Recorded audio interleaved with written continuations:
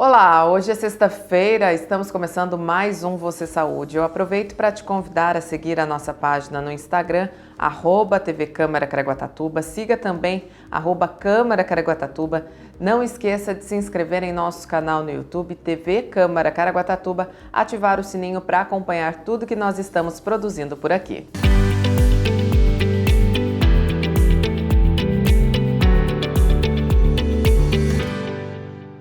O nosso tema de hoje é o Setembro Amarelo. Segundo a Organização Mundial da Saúde, mais de 720 mil pessoas morrem todos os anos por suicídio. Esta é também a terceira causa de morte entre jovens de 15 a 29 anos. É por isso que hoje nós vamos conversar com o psicanalista Dr. Carlos Alberto da Silva. Doutor, seja muito bem-vindo. Obrigado por mais uma vez receber a equipe da TV Câmara. Que bom, eu que agradeço essa oportunidade, de falar de um tema tão desafiador hoje, em pleno século XXI, tempo de modernidade, de abertura de pensamento, de diálogo, de conversa. A gente ainda passa por essa situação que é o suicídio, A Organização Mundial da Saúde, realmente, ela colocou esses dados, mas praticamente a cada 40 segundos, uma pessoa se suicida no mundo. E é um dado preocupante porque muitas causas geram essa questão do suicídio, E a gente vai falar um pouquinho disso hoje, Doutor, para a gente começar,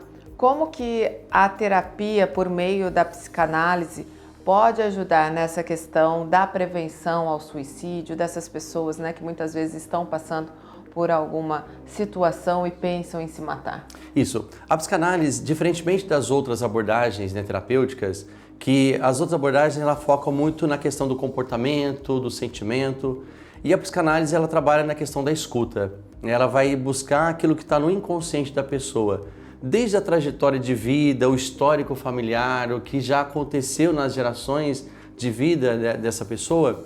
Então a psicanálise ela trabalha desvendando esse inconsciente dos traumas que talvez ela viveu, decepções, frustrações, e tudo isso gera o desânimo pela vida, Então, hoje, quando o Freud ele escrevia sobre a questão da pulsão, que a pulsão ele falava da pulsão de vida e pulsão de morte.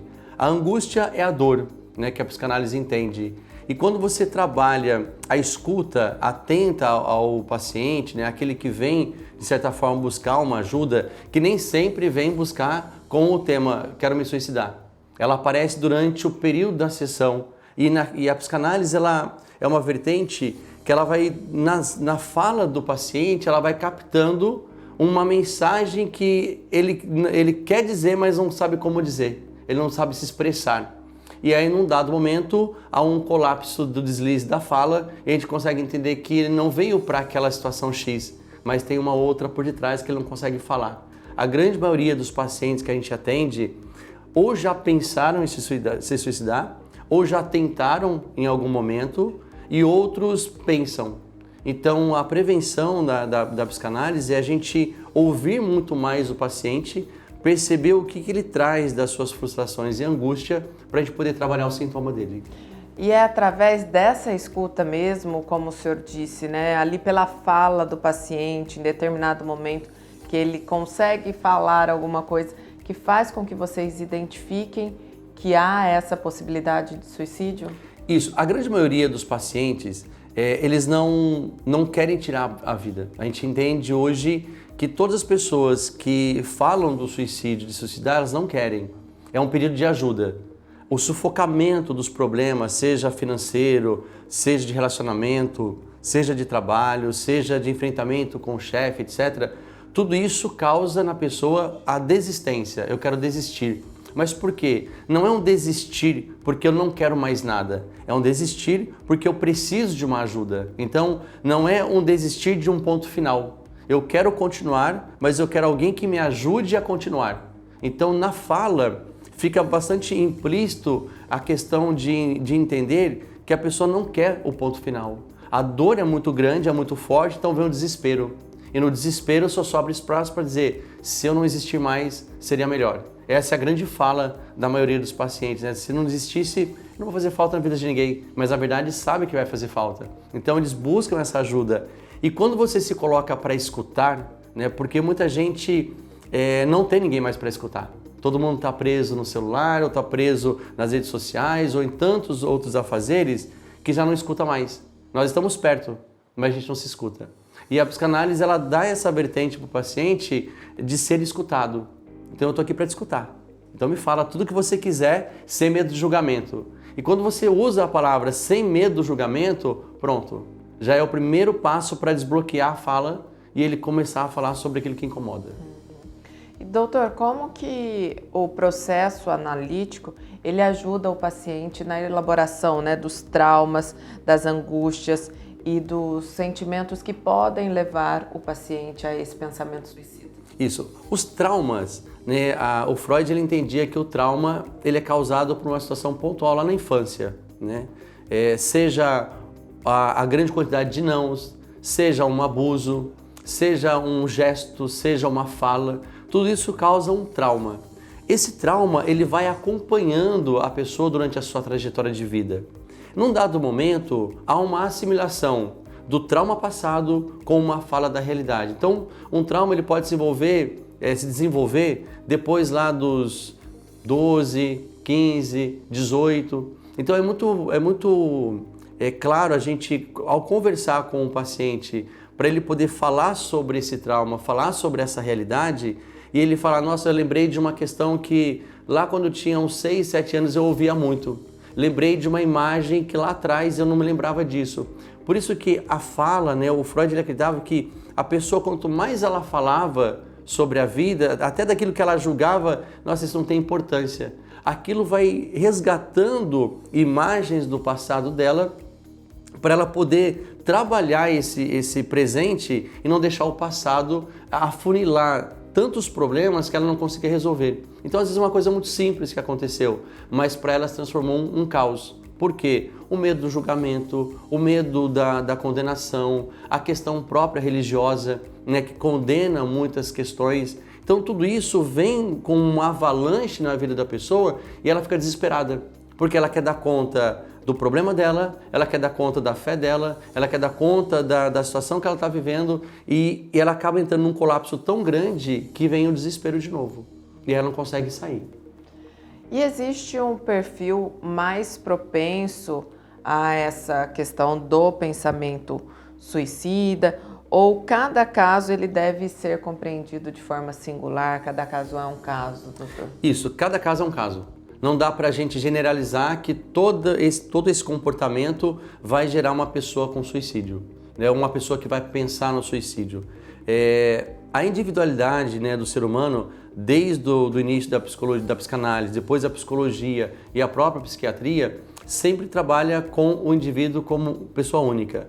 Tanto que um medicamento de depressão para uma pessoa não é o mesmo para outra, né? Então, ou seja, cada tipo de depressão, né, ela tem um medicamento específico, como na própria análise, né? Cada comportamento de uma pessoa tem que ser analisado de uma forma diferente. Então, eu não posso pegar que o mesmo problema de relacionamento de uma pessoa é o mesmo da outra, ou que o mesmo que está levando a pessoa a ser ansiosa é o mesmo da outra. Então, a gente trabalha o indivíduo como único. E é nesse ser único que a gente começa a compreender essa evolução do que leva a pessoa a pensar no suicídio. Então, a elaboração, né? O Freud é interessante porque o Freud, desde quando ele começa a escrever, né, porque os livros dele foram escritos baseados nos acompanhamentos.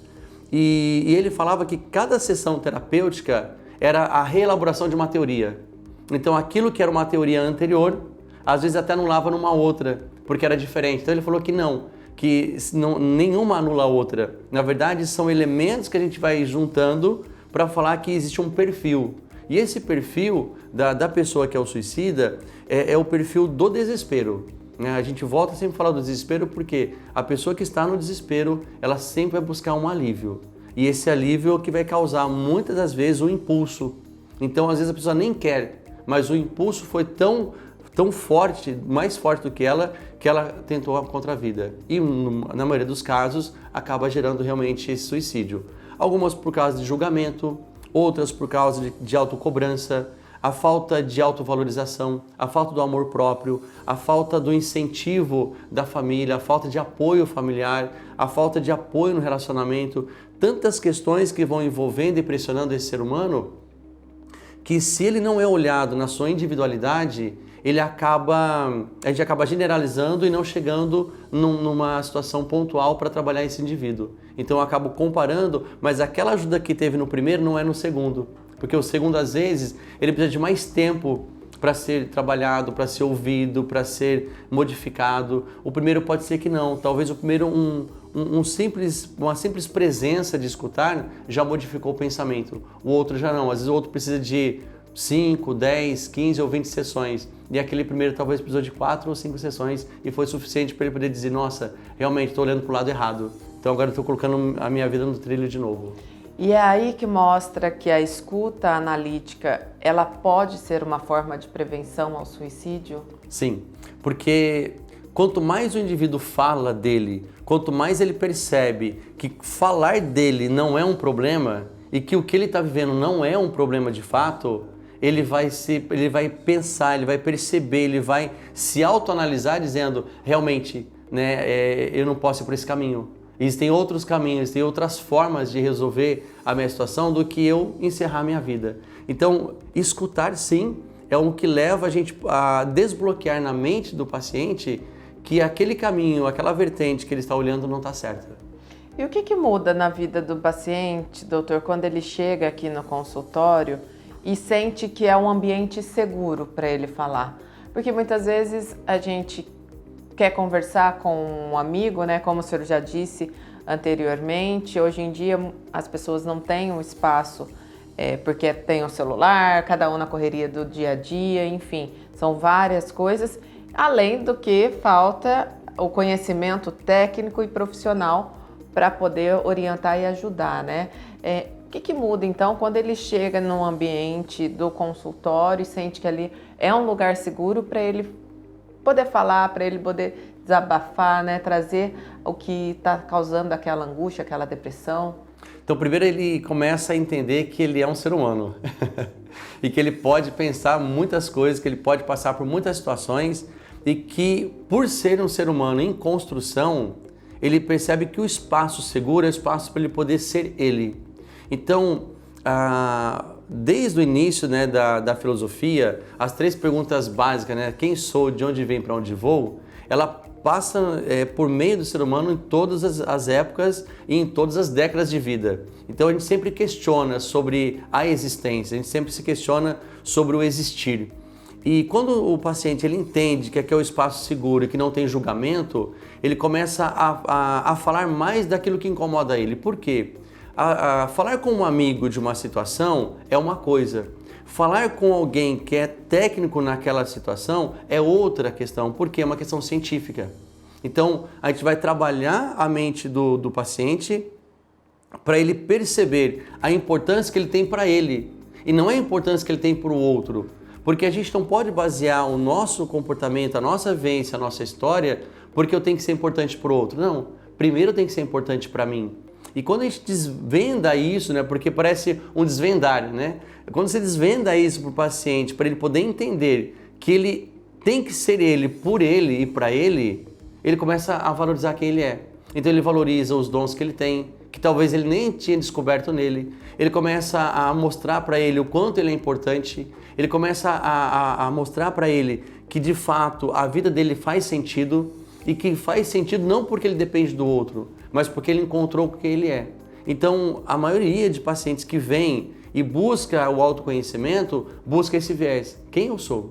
Eu quero me entender, eu quero me conhecer. E quanto mais ele vai falando dos traumas, das situações que são doloridas da vida dele, situações que ele já passou no passado, de humilhação, ou até mesmo que lá atrás a gente não entendia como bullying, mas se passava por causa do estilo de vida, do peso, por causa da altura, do cabelo, do tom da pele, que a pessoa se auto-julgava, ela percebia que ela não precisava disso. E aí ela abre o coração, ela vai abrir a mente dela e fala assim, bom, eu sou isso daqui. É como se ela olhasse no espelho e enxergasse todo o raio-x da vida dela. Falasse, puxa, eu sou isso? Que bom, agora eu vou usar isso a meu favor para eu continuar sendo feliz.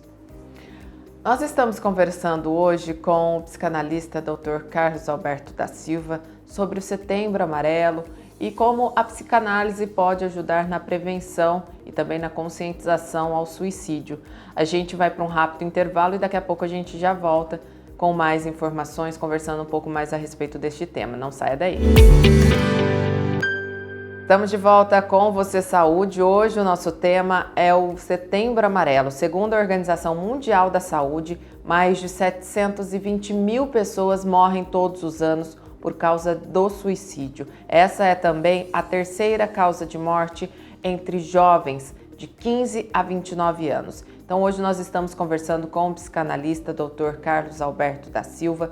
Doutor, o suicídio, apesar das pessoas já terem, uma maior conscientização a respeito desse tema, dessas situações, ele ainda é visto muito como falta de fé ou como fraqueza, Como que a psicanálise ela ajuda a desconstruir esses estigmas? Isso. Essa é uma pergunta bastante provocativa, E é um dos pontos que a própria religião, a igreja, ela não aceita a psicanálise, porque a psicanálise ela não vai colocar o problema humano como um problema de fé, A própria filosofia, quando trabalha o processo da metafísica, ou seja, essa questão transcendental, Deus um lugar e o ser humano outro, ou ser superior em algum lugar e o ser humano outro, ela distingue já isso, Existem momentos da vida. E a psicanálise ela pega essa vertente, Ou seja, o ser humano é único e não é porque ele não tem fé que ele vai entrar no campo do suicídio. A psicologia, diferentemente da psicanálise, ela já tem um olhar diferente. Então a psicologia ela vai dizer que a espiritualidade, que não é a fé, mas é a espiritualidade em si, o alimento dessa espiritualidade vai ajudar o paciente a melhorar. Então, ou seja, ele vai buscar um meio, um caminho, uma orientação diferente. A psicanálise ela já não vai olhar por essa vertente da fé. Ela vai dizer que quanto mais você busca entender quem você é, mais você supera o desejo de querer colocar um ponto final. O suicídio é o ponto final. Então, ela não mistura o que é fé fica no lugar da fé, o que é o campo psíquico fica no campo psíquico, o que é o campo humano fica no campo humano. Então, ou seja, ela distingue cada ponto. Então, quando o paciente ele busca trazer o problema, não, mas é porque eu tive uma decepção de fé, ou porque eu tenho um problema religioso, ou porque eu enfrento um preconceito religioso, uma questão moral da religião. Então a gente desconstrói isso falando que cada ponto que ele está trazendo, ele está numa prateleira, é como se fosse um livro. Então esse livro tem esse tema, esse outro livro tem esse outro tema, então a gente vai trabalhando separadamente. A fé vai continuar ali, se ele acredita, mas o campo psíquico precisa ser trabalhado, ou seja, compreender, entender e poder olhar para si é o mais importante, porque eu não posso terceirizar uma questão que não é da fé, que é minha, é do indivíduo. Então eu preciso enfrentar essa situação. Então eu posso ter fé como eu queira, mas eu não posso trazer a fé como uma questão moral de julgamento para dizer, nossa, eu vou ser condenado, se eu continuar pensando assim eu vou, para o inferno, como a igreja coloca, mas não é nesse sentido. Eu tenho que trabalhar como indivíduo, como pessoa. Então entender que a fé, ela está ali, mas eu estou aqui para poder trabalhar isso comigo. Então olhar esse campo hoje e trabalhar esse debate com a igreja é muito complexo. Então por isso que a psicanálise não mistura a questão de religião, de fé, ela trabalha o indivíduo. E é esse indivíduo como um todo, pensamentos, comportamentos, atitudes, espaço social que ela vive, questão socioeconômica que ela vive, a estrutura pessoal dela, desde a fase de criança até hoje, o que ela passou na vida, o que ela viveu, as experiências positivas e negativas. Então tudo isso vem para o campo da análise para a gente poder trabalhar esse ser humano, esse indivíduo, porque senão ele entra num campo de conflito tão grande que ele vai querer superar algo que não está ao alcance dele, que é a questão da fé, e aí ele vai se condenar mais ainda. Porque ele vai dizer, olha, eu não estou tendo evolução, mas não é que ele não está tendo evolução, ele está olhando para o campo moral da religião e não está olhando para o campo psíquico, porque ele quer muito mais sanar o alívio pela fé do que por entender quem ele é. E acaba sendo uma justificativa, e não é. Então, se eu não me entender, eu não vou conseguir entender a fé. Então, a fé ocupa o lugar dela e o indivíduo ocupa o lugar dele. No primeiro bloco, o senhor falou que em alguns pacientes, os resultados, a mudança de pensamento, a mudança de ver a forma de vida acontece em poucas sessões e em outros é mais demorado. Como que é esse processo também, mesmo que o paciente consiga fazer essa mudança em poucas sessões, é importante que ele continue com o tratamento? Isso. A psicanálise ela não tem um fim que a gente chama de tratamento, né? A gente apenas tem o cuidado para não deixar o paciente depender do consultório, né? Então a gente coloca mais ou menos um período de 2, 3 anos de acompanhamento, espaça o tempo até a pessoa, a gente fala, desmamar do consultório, né? Então, ou seja, agora eu estou bem, eu vou caminhando, depois eu passo para fazer alguns reparos, né, de vida. Mas nos casos que as pessoas elas trazem esse ponto do suicídio, a gente sempre aconselha que ela busque, pelo menos ali por 1 ano, 2 anos, um acompanhamento terapêutico. Por quê? Porque não é pelo fato de eu entender que eu não deva tirar a minha vida, que eu devo colocar um ponto final nela, que eu já estou bem. Porque eu posso também estar maquiando o problema.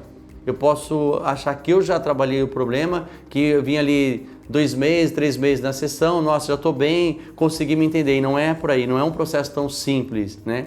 Ele é um processo gradativo, que eu vou dia a dia, tempo a tempo, dando espaço para eu me conhecer. Por quê?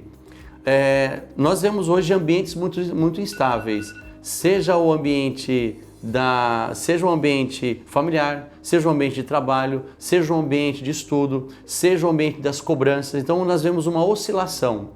Essa oscilação, dependendo da intensidade com que ela venha, dependendo de como que a pessoa está naquele dia, ela pode voltar no primeiro momento do estágio do querer colocar um ponto final. Aí você vai dizer, mas peraí, mas ela não falou tudo, ela já não colocou tudo para fora? Sim, só que ela maquiou como se ela estivesse bem, mas ela esqueceu que ela vai voltar para um ambiente. Então ela pode estar num ambiente seguro, e aqui é o espaço dela, mas quando ela volta para o campo que ela vive, da convivência, das relações, ela acaba não tendo trabalhado o preparo lá. Então a nossa preocupação dentro do consultório é mostrar para a pessoa como ela é aqui dentro, né, o que de fato ela é, preparando ela para enfrentar lá fora. Por dizer, olha, lá fora você pode encontrar dessa forma, podem ter situações assim, pode ter uma assimilação, então cuidado com os pensamentos intrusivos, cuidado com as situações que você vai ouvir, aprenda a dizer não, aprenda a falar que você não quer isso, né? Porque toda essa questão envolve o comportamento dela lá fora. Porque se ela vem e ela fala de um ponto vulnerável dela, que é sempre falar sim para as pessoas, e nesse falar sim, ela, sei lá, ela entrou numa dívida, e aquilo está no desespero, porque ela nunca entrou e agora ela não tem como sair, ela volta para o campo de fora e ela se desespera de novo. Aqui ela entendeu o ponto, mas ela tem que começar a colocar isso lá fora. Então, a nossa preocupação é preparar a pessoa para ela também enfrentar o mundo de fora, porque o mundo de fora vem como uma avalanche.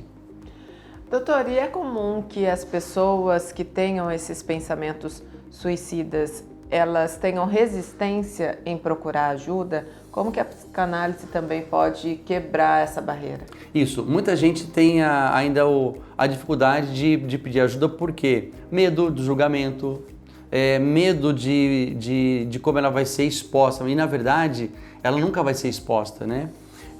A gente hoje, o único caso, né, fora uma outra questão que eu vou também comentar, que a gente pode falar para um familiar, né, ou alertar uma autoridade, por exemplo, é na questão do suicídio, que é o único caso, ou nas questões de abuso, quando há abuso infantil. Então a gente é obrigado e tem por obrigação, né, pelo nosso conselho, né, comunicar às autoridades. Na questão do suicídio, as pessoas mais próximas. Na questão do abuso, uma autoridade. Então a gente alerta porque o conselho vê isso, se você não alertar, isso volta contra você.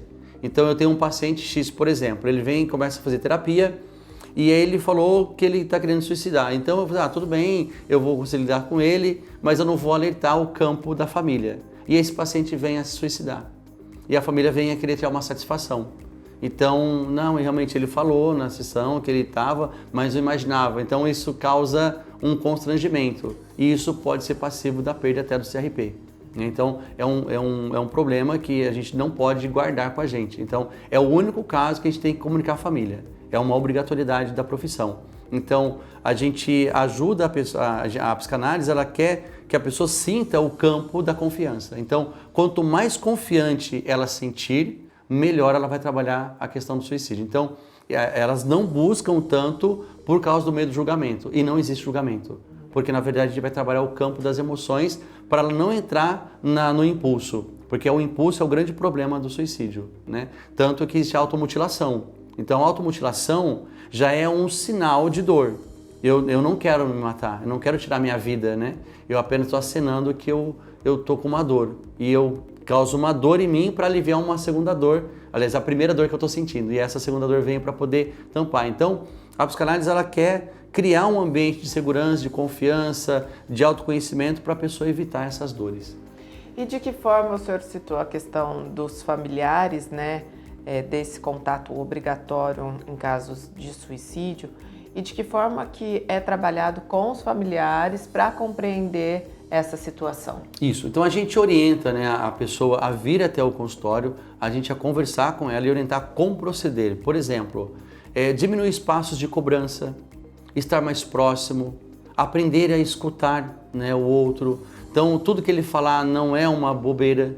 Então na hora que a pessoa falar assim, se eu queria colocar um ponto final na minha vida, então se eu ouvir isso na minha casa, como que eu vou lidar? Não, isso é besteira, para com isso. Não, tá, fala para mim mais sobre isso. Né? Me conta mais o que você está sentindo, por que você está chegando nesse ponto? Porque se o familiar se desesperar, ele vai criar uma barreira com o outro e o outro vai entrar mais no fechamento e não vai expor o que ela está sentindo. Então, quanto mais naturalidade você estiver aberto a ter com o outro, que é a pessoa que está na sua casa, com a tendência ao suicídio, melhor ela se sente à vontade.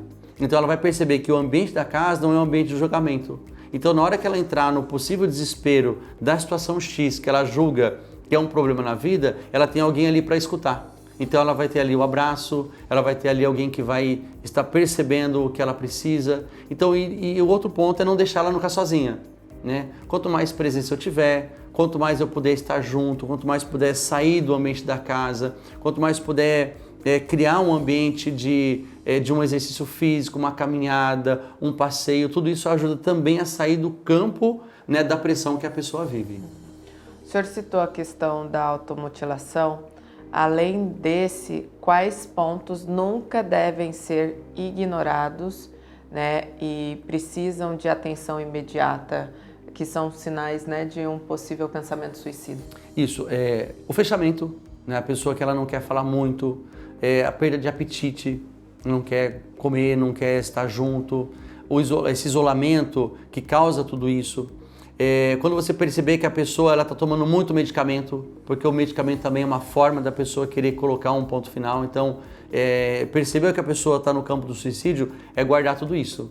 Eu tiro da vista, eu escondo, porque num momento há aqueles que praticam automutilação e há aqueles que entram na questão de medicamento. Vai pegar qualquer medicamento, excessos, para poder tentar um fator contra a vida.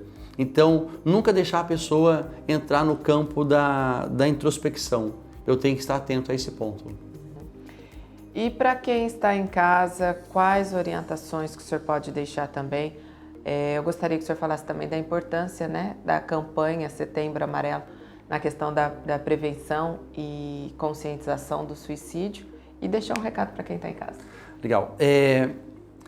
Primeiro, assim, a campanha, né, ela começa lá em 2015, né, ela tem uma iniciativa muito positiva da cor amarela, né, que é a alegria, que é a luz, que é a claridade, ou seja, sem obstáculo nenhum, né? Quando a gente tem uma luz à nossa frente, a gente não encontra obstáculo. E cada um de nós pode ser luz na vida do outro. Cada um de nós pode ser o caminho que vai guiar o outro para a vida. E nós precisamos voltar a ter vida. Vida saudável, uma vida social positiva, uma vida nos relacionamentos positiva e saudável. Tudo isso favorece o campo do crescimento, do autoconhecimento, da autovalorização, né? E a orientação que eu dou, né, para as pessoas que nos assistem hoje com relação ao suicídio é nunca ter julgamento, né? Nunca ouvir uma pessoa que quer colocar um ponto final na vida e falar para ela que ela não pode, né? Evitar as palavras não pode, isso é errado, né? Deus vai te condenar por isso, né? Olha, você tem fé, vai procurar Deus, vai procurar o que fazer. Nunca usar esses termos, mas simplesmente acolher, tá? Me fala o que você sente. E às vezes o abraço, a presença vale muito mais do que você colocar palavras que você não sabe, que naquele momento pode causar ainda mais dor, né? Porque quando você usa esses termos que acabei de dizer, você está, parece que incentivando mais a pessoa a entrar no campo do desespero. Então, quanto menos você puder colocar questões que vai levar ela a entender um julgamento, melhor. Então, a acolhida, o afeto, né, o carinho, né, a escuta, não tem muito o que falar. Escuta, né, pergunta o que está acontecendo, né? E a mensagem que eu deixo nesse século XXI, né, tão cheio de informação, tão cheio de questões a serem ainda trabalhadas, tantas questões ainda para a gente poder deixar cair por terra, o que eu diria é a gente poder se amar mais. Né? Essa é uma questão que eu trabalho muito aqui no consultório, a questão da autovalorização, do amor próprio, a gente poder entender que o amor não é uma palavra, que o amor não é um sentimento, mas o amor é uma escolha. Eu escolho a minha vida, eu escolho a minha história, não importa como ela foi, mas eu escolho continuar vivendo. Eu escolho, a primeira opção de todas as opções sempre será eu. Então, o que eu deixo de mensagem é você se escolher todos os dias. Né? Não deixe a sua escolha ser a escolha do outro. Escolha por você. Se você gosta de azul, use azul. Se gosta de amarelo, use amarelo. Se gosta de verde, use verde. Ah, mas a sociedade não gosta, não importa. Mas eu gosto, eu estou bem. Isso não significa uma libertinagem de fazer o que eu quero. Mas eu estou bem assim. Então, quanto menos eu dou importância para os julgamentos externos, mais amor eu tenho por mim. Quanto mais eu ouço as pessoas no campo dos julgamentos, menos amor eu tenho por mim. Daí abre-se um buraco, uma cratera e eu caio. E eu não quero isso. Né? Eu quero vida, eu quero abundância. Então, sejamos luz, sejamos sinal de esperança, sejamos sinal de acolhimento, sejamos sinal de atenção. Né? Vamos sair um pouquinho das redes sociais, né, e vamos ouvir mais o outro, né? Vamos ser presença positiva. Tá certo, Dr. Carlos Alberto da Silva, psicanalista, muito obrigada por conversar com a gente, trazer tanta informação boa. Eu que agradeço, né, e estou à disposição, né, aqueles que quiserem também alguma orientação, aqueles que quiserem procurar a gente para conversar sobre, né, algum familiar, alguém que tenha dúvida, a gente sempre está à disposição para isso, porque é algo que é prazeroso para a nossa profissão. Alguém que às vezes encontra a gente na rua e pergunta alguma questão, eu acho isso muito positivo, porque isso é um campo de ajuda. Né? Sai do campo do consultório, é um campo também de dizer, olha, dá para fazer muita coisa também fora do consultório. Então, obrigado pela oportunidade. Obrigada mais uma vez, obrigada a vocês que estiveram conosco até aqui. O Você Saúde termina agora, mas a gente se encontra na próxima sexta-feira. Não esqueça, siga as nossas páginas no Instagram, @TV Câmara Caraguatatuba, @Câmara Caraguatatuba. Também se inscreva em nosso canal no YouTube, TV Câmara Caraguatatuba. Ative o sininho para acompanhar tudo que nós estamos produzindo por aqui. A gente se encontra na próxima sexta-feira. Até lá!